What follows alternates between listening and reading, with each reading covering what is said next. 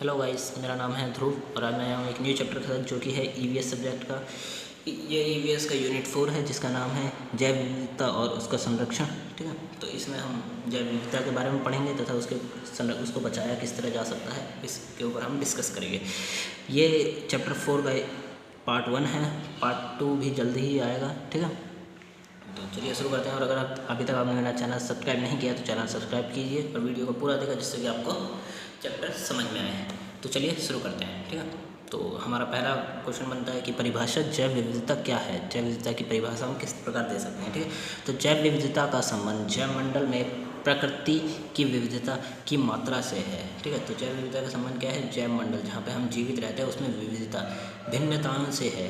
ठीक है, तो जैव विविधता का संबंध जैव मंडल की में प्रकृति की विविधता से है। इस विविधता में 3 स्तर देखे जा सकते हैं। ठीक है, एक पहला स्तर है एक प्रजाति के अंदर ही जननिक अंतर। ठीक है, तो इसका पहला पॉइंट हो सकता है एक प्रजाति के अंदर ही जननिक अंतर का मतलब है कि कोई एक प्रजाति है, जैसे कि हाथियों की प्रजाति ले लेते हैं। ठीक है, तो हाथियों की प्रजाति में ही अलग अलग तरह के अंतर निकलना। ठीक है, दूसरा पॉइंट बनता है हमारा एक समुदाय के अंदर प्रजाति की विविधता। ठीक है, तो जैसे कि आप समुदाय ले लीजिए, एक जंगल ले लीजिए, उस जंगल के अंदर जो अलग अलग तरह की प्रजातियाँ होंगी, जैसे किसी हाथी की अलग प्रजाति होगी, किसी अन्य जीव की अलग प्रजाति होगी, तो वो सेकंड पॉइंट डिस्कस करता है। ठीक है, थर्ड पॉइंट है पौधों और प्राणियों के सुस्पष्ट समुदाय में किसी क्षेत्र की प्रजाति का संगठन। ठीक है, तो पौधे और जो प्राणियाँ हैं उनकी जो सुस्पष्ट समुदाय है, उनका जो समुदाय है वो किसी क्षेत्र की प्रजातियों का संगठन है। ठीक है, तो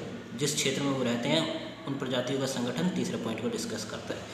ठीक है, अब हमारा अगला पॉइंट है जेनेटिक विविधता, जेनेटिक डाइवर्सिटी। ठीक है, तो किसी प्रजाति के अंदर या किसी जीव के अंदर जो जेनेटिक पैदा होते वक्त विविधता आती है उसके ऊपर। ठीक है, तो इसका अर्थ है प्रत्येक पौधा व जीव एक दूसरे से पूरी तरह भिन्न है। प्रत्येक सदस्य के पास कोई खास विशेषता है जो उसे औरों से अलग बनाती है। ठीक है, उदाहरण के लिए मनुष्य एक दूसरे से भिन्न है।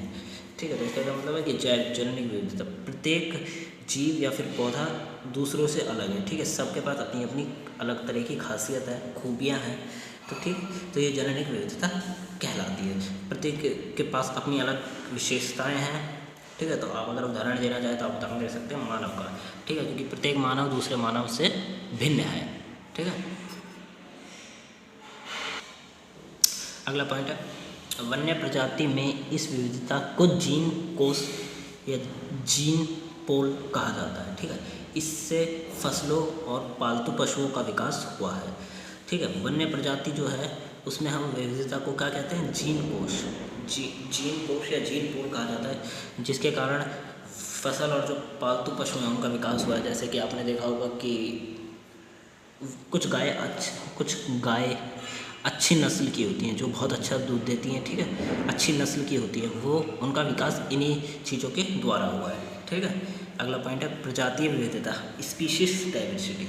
ठीक है, किसी स्पीशी में विविधता किस प्रकार पाई जाती है, किसी क्षेत्र में मौजूद पौधे और प्राणियों की प्रजातियों की संख्या ही उसकी प्रजातीय विविधता है। प्रजातीय विविधता, ठीक है, तो आप सोच लीजिए ये एक क्षेत्र है।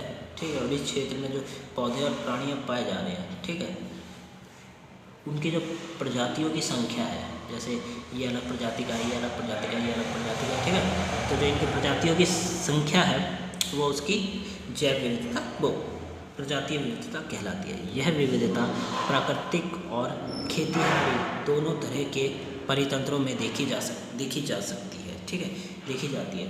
तो ये जो विविधता है ये प्राकृतिक और खेतीहारी दोनों में देखी जा सकती है। प्राकृतिक जंगल में अपने आप भी हो सकती है और खेतीहारी खेतों में भी देखी जा सकती है। ठीक है, आगे देखते हैं।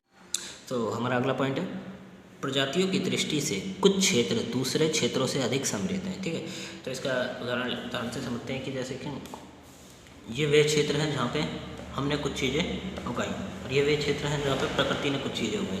ठीक है, तो इस क्षेत्र के मुकाबले यहाँ पे अच्छे प्रजाति की चीज़ें मिलेंगी। ठीक है, इसीलिए तो एक प्रजातीय क्षेत्र दूसरे प्रजातीय क्षेत्र से अधिक समृद्ध हो सकता है। उदाहरण के लिए इमरती लकड़ी के उत्पादन, के लिए वन विभाग द्वारा विकसित एक फसल बागवानी की अपेक्षा प्राकृतिक व अप्रभावित वनों की प्रजातियों की संख्या अधिक होती है। ठीक है, तो उदाहरण लेते हैं, जैसे कि ये वह क्षेत्र है जहाँ पे वन विभाग ने कुछ चीज़ें उगाई, इमरती लकड़ी उगाई। ठीक है, और ये वह क्षेत्र है जहाँ पे प्रकृति ने ये चीज़ें उगाई। ठीक है, तो इसके मुकाबले यहाँ पे अच्छे प्रकार की इमरती लकड़ी उगेंगी, अधिक संख्या में उगेंगी। ठीक है, वहीं दूसरा पॉइंट है कि प्राकृतिक वन इमरती लकड़ी के साथ साथ कई अन्य चीज़ें भी उत्पादन करता है, जैसे जलावन लकड़ी, फल, औषधीय, चारा, रेशे, गोंद आदि। ठीक है, तो इस क्षेत्र के मुकाबले यहाँ पे फल भी उगेंगे, औषधियाँ भी उगेंगी। ठीक है, जलावन लकड़ी भी उगेंगी, रेशा और गोंद भी उगेगा यहाँ के मुकाबले, क्योंकि यहाँ पे सिर्फ इमरती लकड़ियाँ ही उगाई जा रही हैं। ठीक है, तो ये है दृष्टि से भिन्न होना। प्रकृति पर लगभग 1.8 मिलियन प्रजातियों की खोज की जा चुकी है। ठीक है, तो 1.8 मिलियन प्रजाति की खोज की जा चुकी है। ठीक है, पृथ्वी पर। अगला पॉइंट है, प्रजातियों से समृद्ध क्षेत्रों को विविधता मरुस्थल, हॉटस्पॉट ऑफ डाइवर्सिटी कहा जाता है। ठीक है, तो वह क्षेत्र जहाँ पे अलग अलग तरह की बहुत सारी प्रजातियाँ पाई जाती हैं उसे क्या कहा जाता है? विविधता के मरुस्थल, हॉटस्पॉट्स ऑफ बायोडाइवर्सिटी कहा जाता है। ठीक है, भारत दुनिया के ऐसे 15 देशों में से एक है जो प्रजातीय विविधता की दृष्टि से अत्यंत समृद्ध है। ठीक है, भारत का नंबर कब आता है? भारत 15वां देश है पूरे विश्व में जिसके पास प्रजातीय विविधता की दृष्टि से अत्यंत समृद्ध है, जो पूरी तरह समृद्ध है प्रजातीय विविधता से। ठीक है, हमारा अगला पॉइंट है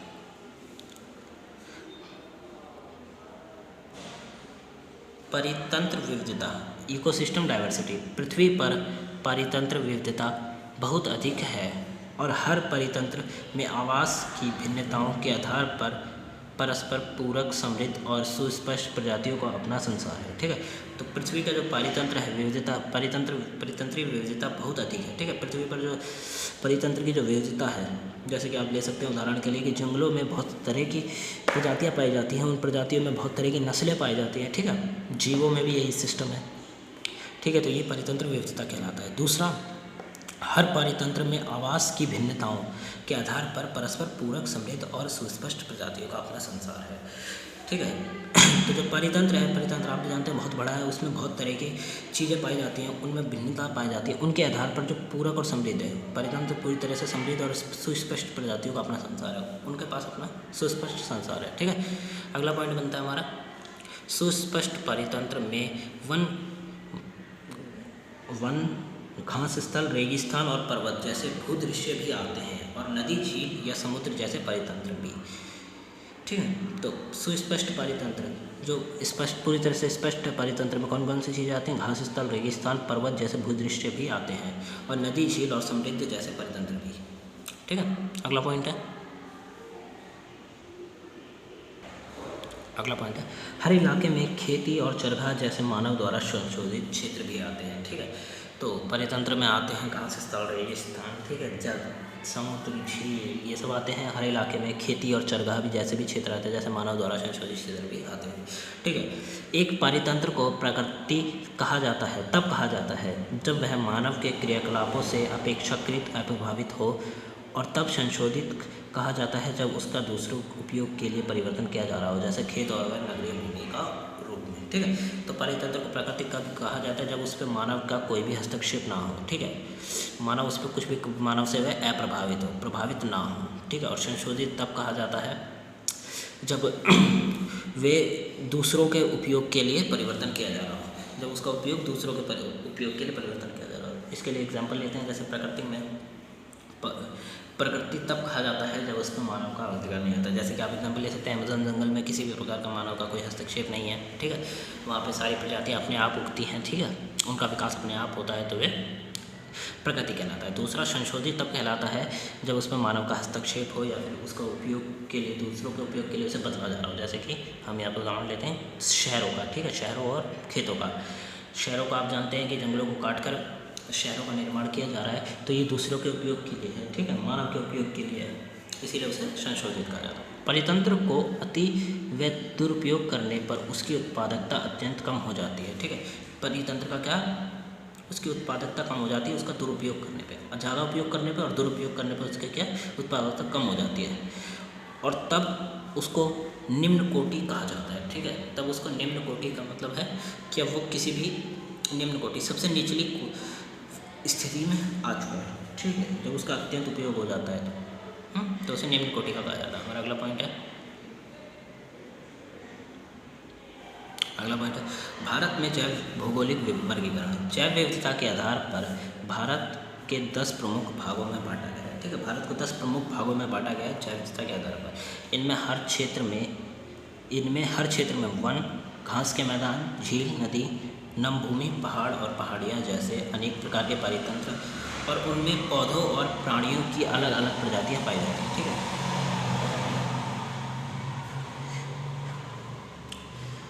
इनमें हर क्षेत्र में कई सारी चीज़ें आती हैं, जैसे वन, घास के मैदान, झील, नदी, भूमि, पहाड़ सब आता है, ठीक है। और दूसरा अलग अलग प्रजातियाँ भी पाई जाती हैं, ठीक है। उनमें पौधे और प्राणियों की अलग अलग प्रजातियाँ भी पाई जाती हैं। आगे देखते हैं। हमारा अगला टॉपिक है जैव विविधता का मूल्य। जैव विविधता से पर्यावरण संबंधी लाभ हैं जो क्षेत्रीय व स्थानीय स्तरों पर महत्वपूर्ण है, ठीक है। तो ये आपका क्वेश्चन भी आ सकता है कि जैव विविधता के मूल्यों को स्पष्ट करें, ठीक है। तो जैव विविधता के पर्यावरण संबंधी लाभ हैं जो क्षेत्रीय और स्थानीय स्तर दोनों पर महत्वपूर्ण है। ऑक्सीजन का उत्पादन, CO2 की कमी, ये तो आप जानते हैं कि पेड़ पौधे ऑक्सीजन का उत्पादन करते हैं और CO2 कार्बन डाइऑक्साइड की कमी करते हैं। जल चक्र की निरंतरता, ठीक है, जल चक्र पूरी तरह चलता रहता है, ठीक है। दूसरा मिट्टी की सुरक्षा, मिट्टी की भी सुरक्षा होती है इससे, ठीक है। अगला पॉइंट है जैव विविधता पारितंत्र के लिए भी अनिवार्य है।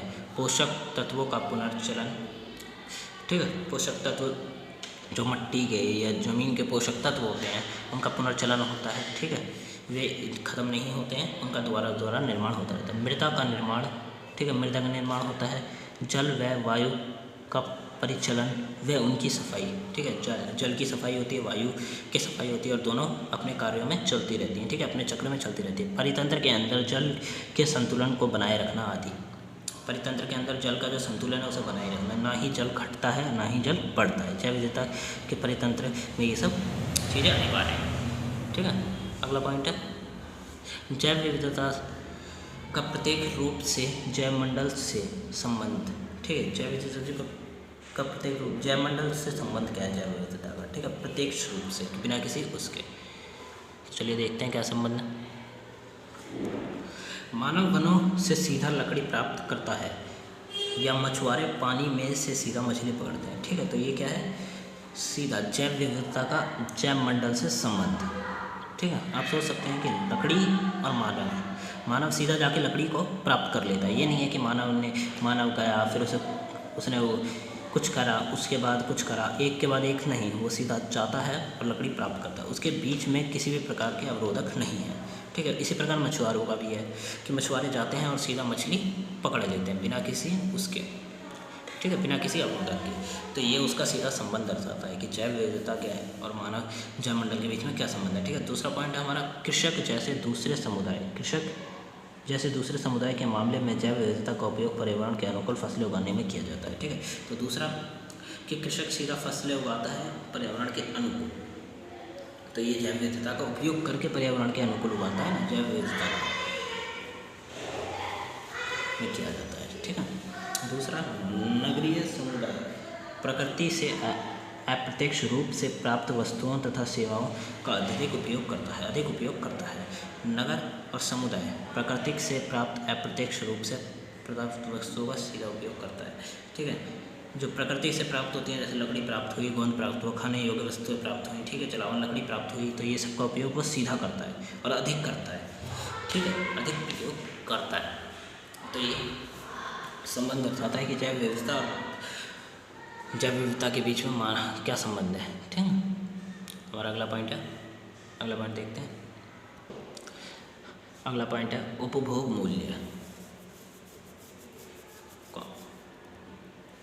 कंज्यूमेटिव वैल्यू, ठीक है। तो समुदाय के द्वारा प्रयोग में लाई जाने वाली वस्तुएं जैसे इमरती व जलावन लकड़ी, खाद्य पदार्थ उपभोग मूल्य का एक स्पष्ट उदाहरण है, ठीक है। तो उपभोग का क्या मूल्य है, हम प्रकृति से काफ़ी सारी चीज़ें प्राप्त करते हैं, ठीक है, जिसमें इमरती लकड़ी, जलावन लकड़ी, खाद्य पदार्थ ये सब है, ठीक है। तो इसका उपयोग हम करते हैं, तो ये हमारे उपयोग में लाई जाते हैं। दूसरा, स्थानीय लोग अपने निर्वाह के लिए परितंत्र में जैव विविधता पर निर्भर होते हैं, जैसे भोजन, निर्माण सामग्री, चारा, दवाई तथा अनेक दूसरे वस्तुएं, ठीक है। जो स्थानीय लोग होते हैं, जो जंगली लोग आदिवासी जो होते हैं वे पूरी तरह जैव विविधता पर निर्भर होते हैं, ठीक है। उनको भोजन निर्माण की सामग्री वहीं से मिलती है, चारा, दवाइयाँ, सब कुछ जंगलों से ही प्राप्त होता है। मछुआरे अपने दैनिक जीवन के उपयोग तथा व्यापार के लिए मछलियाँ पर निर्भर होते हैं, ठीक है। तो जो मछलियाँ पानी तंत्र में पाई जाती हैं, ठीक है। और मछुआरे जो होते हैं वे अपने दैनिक जीवन तथा उपयोग के लिए मछलियों पर ही निर्भर होते हैं। तो ये बताता है, ठीक है। अगला पॉइंट है उत्पादक मूल्य, प्रोडक्टिव वैल्यू, ठीक है। इस श्रेणी में बिकने योग्य वस्तुएं आती हैं, ठीक है। इसमें क्या कौन सी चीज़ें आती हैं? वह चीज़ें जो बिकती हैं। किसी फार्मासिस्ट के लिए जैव विविधता वह कच्चा माल है जिसके आधार पर पौधे या प्राणियों से प्राप्त वस्तुओं से नई दवाइयों की पहचान की जाती है, ठीक है। फार्मासिस्ट जो है, जो कि दवाइयाँ बेचते हैं, दवाइयों का निर्माण करते हैं, उनके लिए कच्चा माल जैव विविधता है, ठीक है। जैव विविधता कच्चा माल है, ठीक है। तथा पौधों और प्राणियों से जो प्राप्त वस्तुएं हैं उनसे नई दवाइयों की पहचान की जाती है या नई दवाइयाँ बनाई जाती हैं। जैव विविधता वैज्ञानिक को अवसर प्रदान करते हैं कि वह सावधानीपूर्वक प्रजनन का कार्यक्रम चलाकर चुनिंदा तौर पर बेहतर फसलों और मवेशियों का विकास कर सकें, ठीक है। जैव विविधता वैज्ञानिकों को एक अवसर प्रदान करते हैं कि वे अपने दिमाग का प्रयोग करके, ठीक है, सावधानीपूर्वक प्रजनन की जो है प्रक्रिया उसे चलाकर फसलों व मवेशियों का विकास कर सकें, ठीक है। एक से बढ़कर एक अच्छी नस्ल की फसलें बना सकें, मवेशियों का निर्माण कर सकें, ठीक है। अगला पॉइंट है यह काम जैव विविधता, जैव प्रौद्योगिकी, बायोटेक्नोलॉजी, पौधे के जीन को दूसरे पौधों में डाल दिया जाता है, ठीक है। यह काम है जैव प्रौद्योगिकी का, ठीक है, जिसमें एक पौधे के जीन दूसरे पौधे में डाल दिए जाते हैं जिससे उसका विकास होता है, ठीक है। तो आगे देखते हैं। हमारा अगला पॉइंट है वन्य प्रजातियों मानव जीवन को बेहतर बनाने के आधार पर और उनके नष्ट होने से मानव जाति को भारी अधिक हानि होगी, ठीक है। मानव प्रजाति जो है मानव विकास के लिए बेहतर बनाने का एक आधार है और अगर वह नष्ट हो गई तो उनसे मानव जाति को भी बहुत ज़्यादा हानि होगी।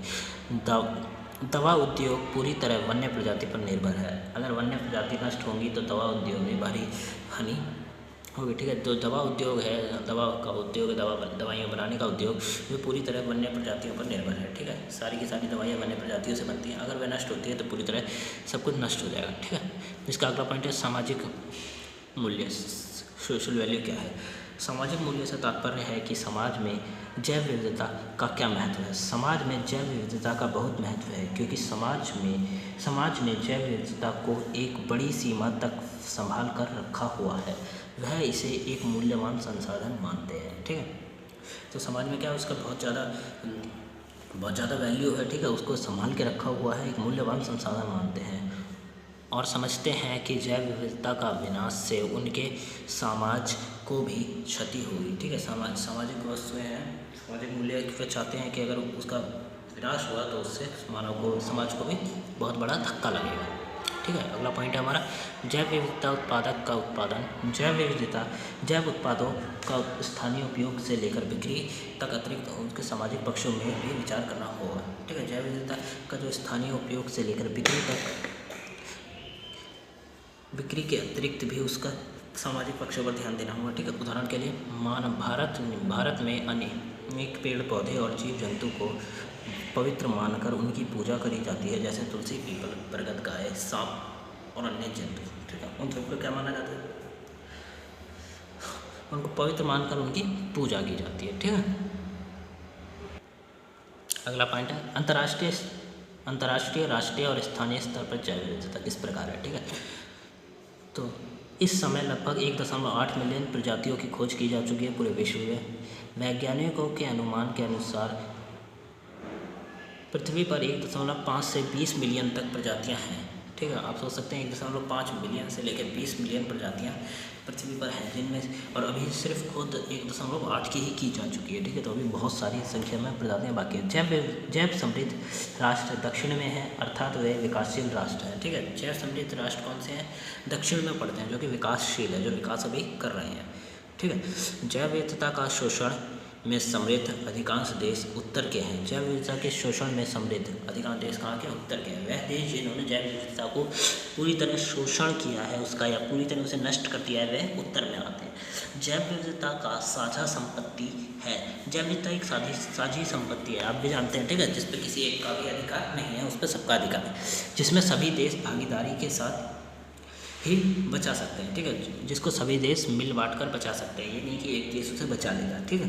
दूसरा, भारत से अधिक उच्च जैव विविधता वाले कुछ देश दक्षिण अमेरिका में हैं, जैसे ब्राज़ील, या दक्षिण पूर्व एशिया के देश जैसे मलेशिया, इंडोनेशिया, ठीक है। भारत से जो अधिक जैव विविधता हैं, ठीक है, वे कुछ ही देश हैं, ज़्यादा नहीं है, कुछ ही देश हैं, ठीक है। अगला पॉइंट बनता है, अगला पॉइंट है, जहाँ दूसरे राष्ट्र जैव प्रौद्योगिकी के लिए अपनी प्रजातियों का उपयोग करने में असमर्थ हैं, वहीं भारत इसमें सक्षम है, ठीक है। तो इसका मतलब है कि जो जैव प्रौद्योगिकी, बायोटेक्नोलॉजी है, उसका प्रजातियों का उपयोग करने में असमर्थ है, उनके पास इस प्रकार की विधियाँ नहीं है या फिर प्रौद्योगिकी नहीं है, उसमें भारत सक्षम है, ठीक है। विश्व धरोहर संविदा, वर्ल्ड हेरिटेज कन्वेंशन, इस अंतर्राष्ट्रीय समझौते में इस क्षेत्र के संरक्षण का प्रयास किया गया, ठीक है। तो जैव विविधता को बचाने के लिए विश्व धरोहर संविदा में बात की गई थी, ठीक है। भारत इस संविदा का सदस्य बन चुका है, भारत इसका सदस्य रह चुका है। भूटान भारत की सीमा पर मानस, आसाम के कांजीरंगा, राजस्थान के भरतपुर, हिमालय के नंदा देवी और पश्चिम बंगाल में गंगा डेल्टा में स्थित सुंदरवन इस संविदा के हिस्सा बन चुके हैं, ठीक है।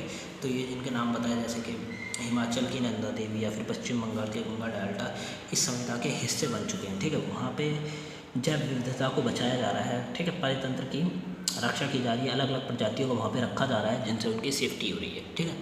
अगला पॉइंट है, भारत संकटग्रस्त प्रजाति व्यापार संविदा पर भी हस्ताक्षर कर चुका है, संकटग्रस्त प्रजाति व्यापार पर भी हस्ताक्षर कर चुका है, ठीक है। इस संविदा का अर्थ था कि वह प्रजातियां जो कि संकटग्रस्त हैं या समाप्त होने वाली हैं, उनका जो व्यापार है उसको रोका जाए, ठीक है, उसको रोका जाए, इसके ऊपर भारत हस्ताक्षर कर चुका है, ठीक है। अगला पॉइंट है, 1999 में भारत में वृहद स्तर पर जैव विविधता के संरक्षण के लिए रणनीति बनाई गई और 2002 में जैव विविधता अधिनियम को अधिनियमित किया गया, जो 2004 में लागू हुआ, ठीक है। 1999 में भारत में वृहद स्तर पर, बड़े स्तर पर जैव विविधता को संरक्षण के लिए रणनीतियाँ बनाई गई, काफ़ी सारे रूल्स बनाए गए थे, ठीक है, नियम बनाए गए। 2002 में जैव विविधता अधिनियम भी पास किया गया था, ठीक है, जिसे 2000 बनाया गया और जिसे 2002 में 2004 में लागू कर दिया गया। अब ये याद रखने की चीज़ है कि 1999 में इस जैव विविधता पर कार्य शुरू हुआ था, ठीक है, उनको बचाने का। 2002 में एक अधिनियम को अधिनियमित किया गया जो 2004 में जाके लागू हुआ, ठीक है, ये याद रखने वाली चीज़ें हैं। विराट विविधता वाले राष्ट्र के रूप में भारत, ठीक है, विराट विविधता, जिसके पास बहुत बड़ी संख्या में जैव विविधता पाई जाती है। जैव समृद्ध राष्ट्रों में भारत 10 या 15 देश में आता है, ठीक है, भारत 15वां देश है समृद्ध राष्ट्रों में, ठीक है, ये वैसे लिखा हुआ है पर आप समझ सकते हैं कि भारत 15वां देश है समृद्ध जैव विविधता में, ठीक है। और यह पौधे और पशुओं की भारी विविधता है, यहाँ पे पौधे और पशुओं की भारी विविधता कमी नहीं है, जिनमें से कहीं और नहीं पाए जाते, ठीक है, जिसमें से ऐसे जीव जंतु या फिर पौधे तो ऐसे हैं जो पूरे विश्व में कहीं नहीं पाए जाते, सिर्फ भारत में पाए जाते हैं, ठीक है। तो चलिए अब उनका एक उदाहरण देख लें तो किस तरह के जीवों के पाए जाते हैं। जीवों की संख्या व नाम, स्थान विश्व में कौन से स्थान पर आते हैं, ठीक है, 350 प्रकार के, तो 350 प्रकार के स्तनपायी पाए जाते हैं, विश्व में 8वीं बड़ी संख्या है। पक्षियों के 1200 प्रजाति पाई जाती हैं जो 8वां स्थान पे आती हैं, ठीक है। सरीसृप की एक 453 प्रजातियाँ पाई जाती हैं, 453, सोच सकते हैं सांपों की या फिर सरीसृप जो ज़मीन पे चलने वाले सांप हैं, ठीक है, 453 तरह की प्रजातियाँ सिर्फ भारत में पाई जाती है, 5वां स्थान आता है। पौधों की 45,000 प्रजातियाँ पाई जाती हैं, तो ये तो आप सोच ही सकते हैं कि पौधों की 45,000, तो आप और हम सोच सकते हैं कि अभी तक तो हमने उसमें से कुछ भी नहीं देखा है, ठीक है। तो पौधों की 45,000 प्रजातियाँ पाई जाती हैं, 15वें स्थान पर आता है। 13,000 तितलियाँ और गुबरेला समेत यह कीड़े मकोड़े 50,000 ज्ञात प्रजातियाँ हैं, ठीक है। 13,000 तितलियाँ हैं और गुबरैल समेत यहाँ कीड़े मकोड़े जो हैं वो 50,000 प्रजातियाँ हैं। ठीक है, तो बहुत बड़ी संख्या में यहाँ पे चीज़ें ये जैव विविधता पाई जाती है। अगला है अज्ञात प्रजातियों की संख्या इससे अधिक है। यह प्रजातियाँ जो अभी तक पाई नहीं गई हैं उनकी संख्या इससे भी ज़्यादा अधिक है। भारत के 18% पौधे स्थानीय हैं और पूरी दुनिया में कहीं और नहीं पाया जाता है। भारत के जो 18% पौधे हैं वो स्थानीय हैं, सिर्फ कुछ ही स्थानों पर उगते हैं, जिसमें भारत एक है और वो पूरी दुनिया में कहीं और नहीं पाए जाते। ठीक है, ये भारत की खासियत में आप लिख सकते हैं। भारत के जल थलचारी प्राणियों में 62% इसी देश में पाए जाते हैं, सिर्फ 62% इसी देश में पाए जाते हैं। ठीक है, भारत के जो जल थलचारी हैं जो ज़मीन और जल में दोनों में चल सकते हैं, वे 62% पूरे विश्व में कहीं नहीं पाए जाते, सिर्फ भारत में। 153 छिपकलियों की ज्ञात प्रजातियों में से 50% सिर्फ यहीं की हैं। ठीक है, 153 छिपकलियाँ हैं की प्रजातियाँ पाई गई हैं, जिनमें से 50% सिर्फ भारत में ही पाई जाती है, कहीं और पूरे विश्व में नहीं पाई जाती। ठीक है, अगला पॉइंट देखते हैं। अगला पॉइंट है भारत में जंगली पौधे और वन्य प्राणियों के अलावा यहाँ फसली पौधों और पालतू पौधे में भी विविधता पाई जाती है। ठीक है, जंगली पौधों को छोड़कर यहाँ पे पालतू पौधे और फसलों में भी काफ़ी तरह की विविधता पाई जाती है। यहाँ कृषि की परंपरागत फसलों में धान, अनेक दूसरे अनाज, सब्जी और फलों की 30,000 से 50,000 प्रजातियाँ पाई जाती हैं। ठीक है, धान या फिर अन्य प्रकार के अनाज, सब्जियाँ की 30 से 50,000 प्रजातियाँ पाई जाती हैं। ठीक है, जिसमें से अभी तो हमने कुछ खाया भी नहीं होगा, इतनी प्रकार की तो प्रजातियाँ पूरे विश्व में सिर्फ भारत में पाई जाती हैं। ठीक है, ये इंपॉर्टेंट पॉइंट है, देखिए मैंने इंपॉर्टेंट लिख रखा है। ठीक है, हम बड़ी तेज़ी से विश्व वस्तुओं को स्वीकार करते जा रहे हैं। हम अपनी देसी वस्तुओं का समाप्त करते जा रहे हैं, जैसे भारी उपज वाले पौधे ने सदियों पुराने देसी फसलों की जगह ले ली। ठीक है, भारी उपज वाले पौधे जो भारी मात्रा में उगाए जाते हैं, ठीक है, जो नए पौधे हैं उन्होंने सदियों पुराने देसी फसलों की जगह ले ली है। ठीक है, तो ये एक इम्पोर्टेंट पॉइंट है। ठीक है, अगले देखते हैं जैव विविधता के मुख्य स्थल, हॉटस्पॉट ऑफ बायोडाइवर्सिटी। ठीक है, वह स्थल जहाँ पे जैव विविधता के मुख्य हैं या फिर हॉटस्पॉट है। दुनिया में 1000 से अधिक प्रमुख परिक्षेत्र इको रीजन, इनमें से तो 200 से अधिक समृद्ध, सबसे दुर्लभ और सबसे विशिष्ट प्रकार के क्षेत्र कहा जाता है। ठीक है, 1000 से अधिक प्रमुख क्षेत्र हैं जिन्हें हम परिक्षेत्र कहा जाता है, जहाँ पे 200 से अधिक समृद्ध, सबसे दुर्लभ, 200 सबसे समृद्ध हैं। ठीक है, तो अब ध्यान से सुनिए कि विश्व पूरी दुनिया में 1000 से अधिक क्षेत्र ऐसे हैं जहाँ पे दुर्लभ प्रजातियों को रखा जाता है, जिसमें से 200 सबसे समृद्ध हैं, सबसे दुर्लभ और सबसे विशिष्ट प्राकृतिक क्षेत्र कहा जाता है। ठीक है, जहाँ पे सबसे दुर्लभ प्रजातियाँ पाई जाती हैं और सबसे विशिष्ट प्राकृतिक क्षेत्र भी उसे ही कहा जाता है। ठीक है, इन क्षेत्रों को ग्लोबल 200 कहा जाता है। ठीक है, वह क्षेत्र जहाँ पे दुर्लभ प्रकार की प्रजातियाँ पाई जाती हैं उसे ग्लोबल 200 कहा जाता है। ठीक है, जिन देशों में जैव विविधता के ऐसे प्रमुख स्थल की संख्या अधिक होती है उन्हें भारी विविधता वाले देश कहा जाता है। ठीक है, वह देश जहाँ पे जैव विविधता की ऐसी संख्या पाई जाती है उन्हें क्या कहा जाता है? भारी विविधता वाले देश कहा जाता है। हमारे देश में प्रजातियों का विनाश बड़ी तेज़ी से हो रहा है क्योंकि हमारे निर्जन क्षेत्र तेज़ी से सिकुड़ रहे हैं। ठीक है, हमारे देश में क्या है कि जो प्रजातियाँ या प्राणी हैं उनकी संख्या में कमी आ रही है। क्यों? क्योंकि निर्जन क्षेत्र, ठीक है, जहाँ पे वो लोग रहते थे उसमें तेज़ी से सिकुड़ता जा रहा है। जैसे कि आप सोच सकते हैं कि कभी जंगल हुआ करते थे और आज वो शहर बन गए हैं, तो वह प्रजातियाँ जो वहाँ रहा करती थी उन्हें काट के हटा दिया गया, जीव जंतु मारे गए। ठीक है, तो जिससे कि उनकी संख्या में भी कमी आ रही है। ठीक है, आगे देखते हैं। अगला पॉइंट है विश्व स्तर मान्यता प्राप्त हमारे प्रमुख स्थल। ठीक है, पूरे विश्व में ऐसे कौन से स्थल हैं जो कि मान्यता प्राप्त है? पूर्वोत्तर और पश्चिमी घाटी के वनों में, जिनकी संसार के सबसे जैव समृद्ध क्षेत्रों में शामिल किया गया। ठीक है, पूर्वोत्तर और पश्चिमी, पूर्व और उत्तर और पश्चिमी घाटी के जो वन हैं उनमें जो संसार के सबसे समृद्ध क्षेत्र, जैव समृद्ध क्षेत्र माना गया है। ठीक है, अंडमान निकोबार अत्यंत प्रजाति समृद्ध द्वीप समूह है तथा यहाँ पर पशु पक्षियों की अनेक प्रजातियाँ भी पाई जाती हैं। अंडमान निकोबार आप नाम याद रख सकते हैं। अंडमान निकोबार एक ऐसा क्षेत्र है जहाँ पे सबसे दुर्लभ प्रजातियाँ पाई जाती हैं, ठीक है। तथा सबसे समृद्ध द्वीप समूह है, ठीक है, जहाँ पे पक्षी और पौधों की तो प्रजातियाँ का विकास हुआ। अकेला अंडमान निकोबार एक ऐसा द्वीप है जहाँ 2200 से अधिक पौधों की प्रजातियाँ पाई जाती हैं, ठीक है। अंडमान निकोबार एक ऐसा अकेला द्वीप समूह है जहाँ पे 2200 से अधिक प्रजातियाँ पाई जाती हैं सिर्फ पौधों की, ठीक है। अगला है, भारत में जैव विविधता के प्रमुख स्थल कौन कौन से हैं? ये याद रखने योग्य इम्पोर्टेंट है, ठीक है, इम्पोर्टेंट है। तो अंडमान निकोबार द्वीप समूह, लक्षद्वीप द्वीप समूह, गुजरात, भारत के पूर्वोत्तर राज्य और तमिलनाडु। अब आप इसमें गौर कर सकते हैं कि ये सब कहाँ पे हैं? तटीय क्षेत्र है। अधिकांश क्षेत्र तटीय है या फिर समुद्र से के पास है। अंडमान निकोबार द्वीप समूह समुद्र के बीचों बीच है। लक्षद्वीप द्वीप समूह समुद्र के बीचों बीच है। गुजरात आप देख सकते हैं यहाँ पे है, ठीक है, गुजरात भी समुद्र के पास में है।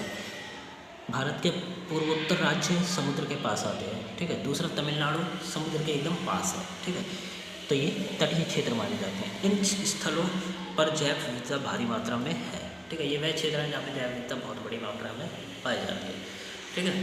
तो ये आपका यूनिट 4 का फर्स्ट पार्ट कंप्लीट हो चुका है। सेकंड पार्ट भी जल्दी ही आएगा, ठीक है। और अगर आपको वीडियो अच्छी लगी तो वीडियो को लाइक करें, चैनल को सब्सक्राइब करें। और अगर आपको कुछ भी समझ नहीं आया तो आप मुझसे कमेंट बॉक्स में पूछ सकते हैं।